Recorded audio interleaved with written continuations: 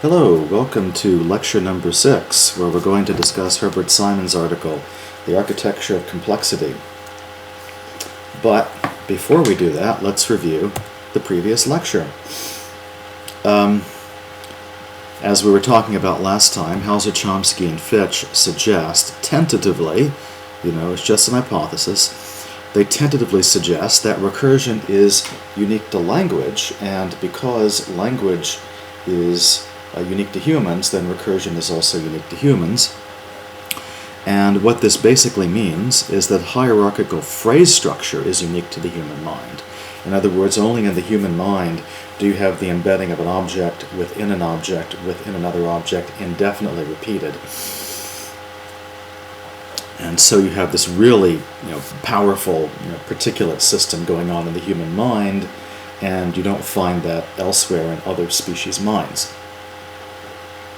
How do we know that there is hierarchical structure? Well, there's evidence from grammatical movement, because grammatical movement is evidently sensitive to hierarchical structure. In other words, those parsing trees that you see, which give one the analysis of a sentence, those are psychological. That's actually supposed to be something in the mind. Okay? I'm going to take a sip of coffee here. All right, moving to the next slide.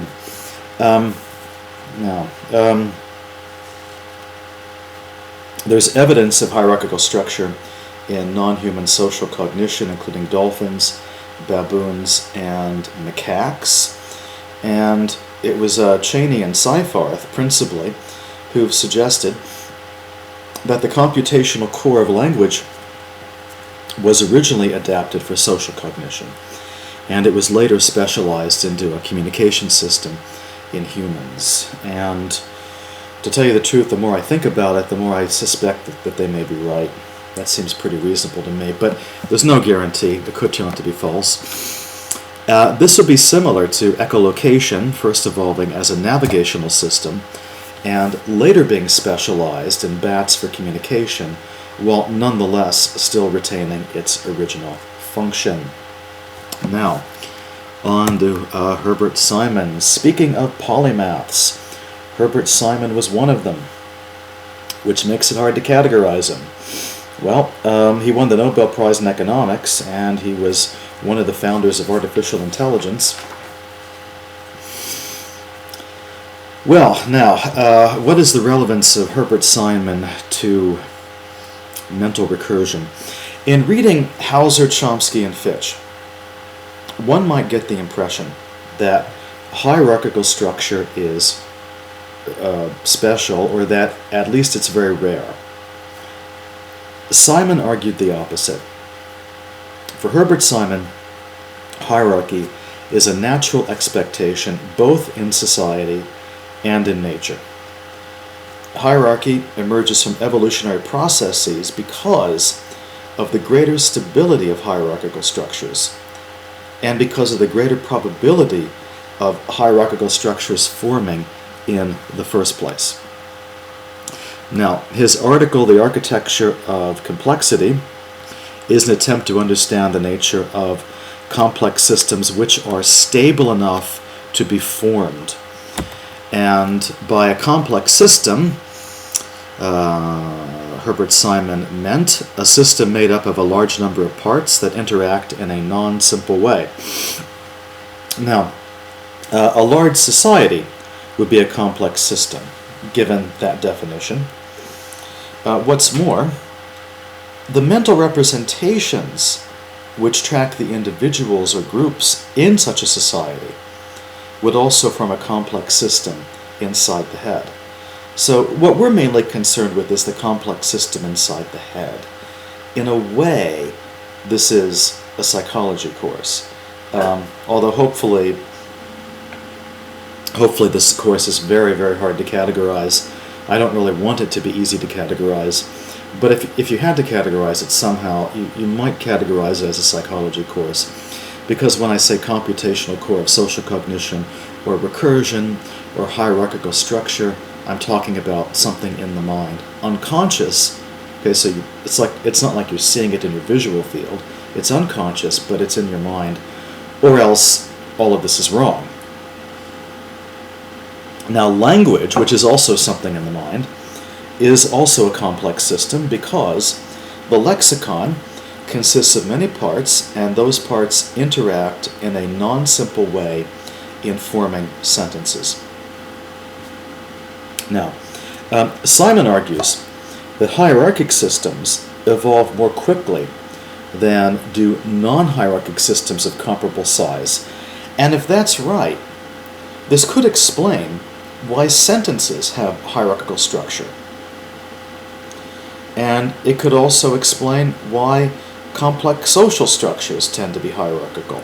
Hierarchy is an efficient means of building a complex system. And I just want to clarify something. When I say hierarchy, I do not necessarily mean authority ranking. So hierarchy here simply means the embedding of a structure within a structure. Any of the elementary structures could enter in on any level. So we're still talking about all four elementary models: communal sharing, authority ranking, equality matching, and market pricing. When I say hierarchy, I don't specifically mean authority. Now, Simon, let me get the next slide here. Simon defines a hierarchic system as a system composed of interrelated subsystems, each of the latter being in turn hierarchic in structure until we reach some lowest level of elementary subsystem. Now, a sentence is hierarchic because a sentence is a phrase embedded within a phrase, embedded within a phrase, right? And when you analyze a sentence, you can keep decomposing it into subordinate hierarchical levels until you reach the level of lexical items. Now, in complex social structures, one analyzes down to the level of individual people. But remember, we're talking about psychology. So what about the mental representations of social structures? Well, when it comes to the mental representations, one analyzes down to whatever the level of whatever units receive the relational model's labels. As you see here in this diagram representing Pannekoek's ideal for how society should be structured, and also in this diagram indicating Alan Page Fisk's analysis of Mosse's society. When it comes to the mental representation, you don't have to analyze down to individual people, because when you think about a complex society, you're not necessarily thinking about individual people, but you are thinking about the units which receive the relational model's labels, all the labels in this case being communal sharing, and how those units embed together to form a structure. Now, Simon refers to a hierarchical level as flat when there are a large number of constituents on that level. So, for example, technically a diamond is a hierarchy because a diamond is just one big thing. It's one, well, it's not necessarily big, but it's just one thing, right? It's a stone, and that's one hierarchical level. On the next level down, you have the carbon atoms forming a structure. Now, on that level, it's very flat because you have a very large number of carbon atoms. Simon defines the span of a system as the number of subsystems into which a level is partitioned. Quoting Simon, a hierarchic system is flat at a given level if it has a wide span at that level. Well, on the level of carbon atoms, a diamond is extremely flat. And quoting Simon some more, well, wait a second. Ah, yes, I just read that, didn't I? Okay. Now, why does one expect to find hierarchical structure in complex systems? It's because hierarchically organized complex systems are more likely to develop in the first place. For example, they're more likely to evolve. Evolution is one of the topics of Simon's article, so let's pause for a moment to dwell upon it. Evolution, among other things, represents a triumph over entropy. Entropy, as you know, I suppose, is the degree of disorder within a system. Evolution does not guarantee greater complex organization over time. But obviously, there are many cases of evolution which do illustrate greater complex organization over time. Right? So there's no guarantee that you're going to have greater and greater complex ordering over time in evolution. However, evolution does make it possible to have greater and greater complex organization over time. The reason why it's not guaranteed is, well, look, we still have simple organisms, right? And it is possible for a lineage to become simpler over time. There's no guarantee that a lineage will become more complex over time. It's one of the popular misunderstandings of evolution to use the word evolution as a synonym for progress. It doesn't mean progress. It means change over time as a way of adapting to one's environment. Now, evolution does, however, make it possible to find more and more complex ordered organisms over time, which indeed is what you find. I mean, the more or the most complex organism at one time will probably be far more complex than the most complex organism at a far earlier stage in biological time. Now, in these cases, the cases of greater organized complexity over time, evolution, as I said, represents a triumph over entropy, although it's not a genuine triumph, or if it is a genuine triumph, it's only a temporary triumph, assuming the second law of thermodynamics. So I'm not denying the second law of thermodynamics. Now, the point about hierarchical construction is that it postpones entropy. And this is the point that Herbert Simon is making in his discussion of the two watchmakers. In constructing an object, there's a risk that the object is going to fall apart before one has completely assembled it. In fact, whenever one is assembling a very flat but complex structure, there's a significant risk that the whole thing is going to fall apart before finding a place for each piece. In fact, uploading one of these videos to YouTube is a bit like that. It takes hours to upload, and it could get stuck at any moment, even the very last moment, and I have to go back and start from the beginning. But anyway, you get the idea. If you have a really flat structure that's nonetheless complex, not simple, and as it's being put together, it takes longer to put it together because it's so flat. Because of its broad span, it takes longer to put it together, so there's a risk it's going to fall apart before the last piece goes into place. So, hence, when there are a lot of pieces to a system, as there would be in any complex system by definition, the risk of impending entropy is reduced when the object can be assembled hierarchically. In other words, one subassembly at a time. Well, not literally one subassembly at a time, but it could be more than one at a time, but not the whole thing simultaneously, right? The risk of impending entropy is further minimized if each level is very short.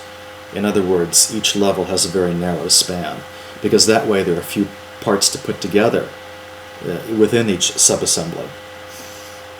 Now that may seem a little bit surprising, because after all, the diamond is very flat on one level, on the level of carbon atoms, has a very broad span. Now, but in this case, you've got flatness on one level combined with great stability because a diamond is stable.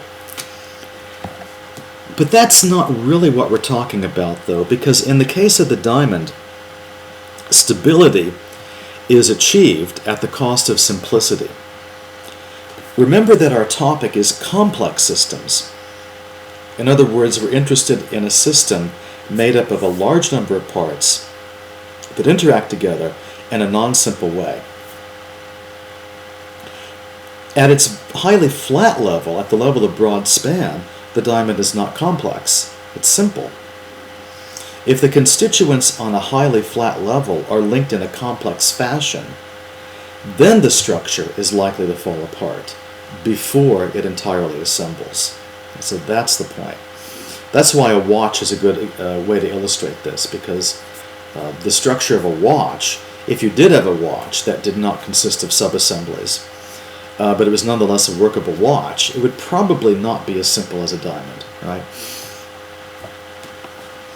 Now, according to current linguistic theory, a sentence is the opposite of a flat hierarchy. A binary combinatorial operation is all that one needs to account for sentence structure, so that each level corresponds to exactly two constituents, which is supposed to be illustrated in this parsing tree that you see here. The computer program puts a piece of tape up whenever I try to illustrate something, or usually when I do. I mean, sometimes it doesn't, but like 95% of the time a little piece of tape goes up. And the piece of tape here, usually conceals part of the image, which is not so good. What it says on top is NP, which stands for noun phrase. In other words, that entire thing, that whole structure there is a noun phrase. It's not even a complete sentence. But if it were a complete sentence, it would illustrate the same point. You'll notice that the branching is always binary. It always splits into two. It doesn't split into 3 or 4 or 5. On some parsing trees, you will see it split into like 3 or 4. But given the most advanced contemporary mainstream linguistics, that's not necessary. You can account for phrase structure with binary branching.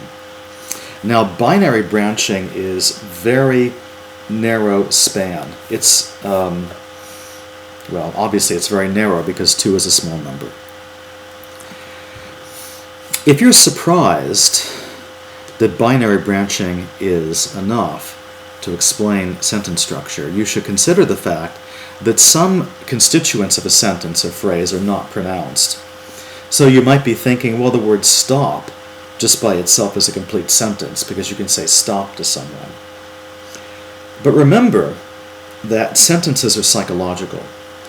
So when you say stop, what you mean is you stop. So it turns out that there are at least 2 constituents after all. Okay. Now, this binary combinatorial operation which assembles a sentence is usually known as merge. Okay, so there's a nice simple name for it, merge. And merge itself, on most conceptions, is a nice simple thing. The only thing it does is take 2 objects and it puts them together to form a set. The set consisting of those 2 objects. That's all it does, very simple. So merge is a procedure for building up phrases, including sentences. Merge starts with 2 objects, alpha and beta. Let's call them alpha and beta. Those are variables, obviously. Merge starts with 2 objects, alpha and beta, and it replaces them with the new combined object, which is the set having alpha and beta as its only members. This set can then serve as input to another application of merge. Say, replacing the 2 objects, set alpha beta on one hand and gamma on the other, with this new output, a set having 2 members. One member is gamma, and the other member is the set consisting of alpha and beta.